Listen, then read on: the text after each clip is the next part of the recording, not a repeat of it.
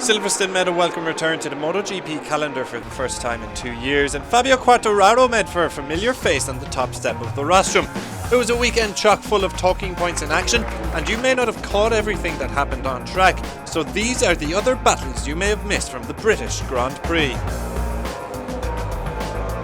Early doors saw a lot of promise for the Suzukis, with both Alex Rins and Joan Mir going through on Jack Miller on lap 5 after the Aussie ran it wide at turn 1. Rins wasn't hanging about at Silverstone, moving past his teammate just 2 laps later on his way to a first podium finish of 2021. There were contrasting fortunes for the Hamamatsu factory riders, with Mir dropping down the pack. First, Jack Miller got his revenge 12 laps in before the Majorcan was powerless to resist a hard-charging Brad Binder with just 3 to go. Alex Marquez and Iker Lecuona then took advantage of the reigning world champions' woes, with the number 36 slipping back to P9 and loosening his grip on the MotoGP championship crown in the process. The opening laps also promised much for Pecco Bagnaia, but like his fellow championship contender Mir, the Italian dramatically fell out of contention, effectively ending his title dream. Sitting in P3 at one point, the Ducati rider lost this battle to Aleix Espargaro on the 5th lap. Having already fallen to 8th, Binder was next to pick off Bagnaia on the approach to Maggots and Beckett, with Iker Lecuona also powering past the Italian on lap 16.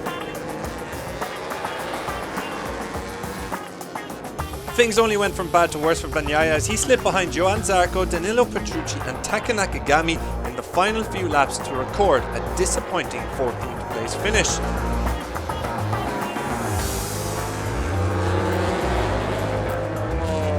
Luca Marini tried to battle his way past his compatriot on the final lap also, but was unable to find the killer move needed. The rookie Italian spent his race fighting with teammate Enea Bastianini, the two exchanging overtakes all race. This one went the way of the beast in the end, who made another late move on Nakagami to record a strong point-scoring finish. It really was a day to forget for anyone harbouring hopes of catching runaway title leader Quartararo, with Johann Zarco also finishing further down the pecking order. Starting 9th on the grid, the Frenchman battled mid-pack before succumbing to Tech 3's Lecuona on the 15th lap. It looked as if Nakagami would get the better of the Pramac Racing rider as well, but a turn 1 error allowed Zarco through once again with just 4 laps to go.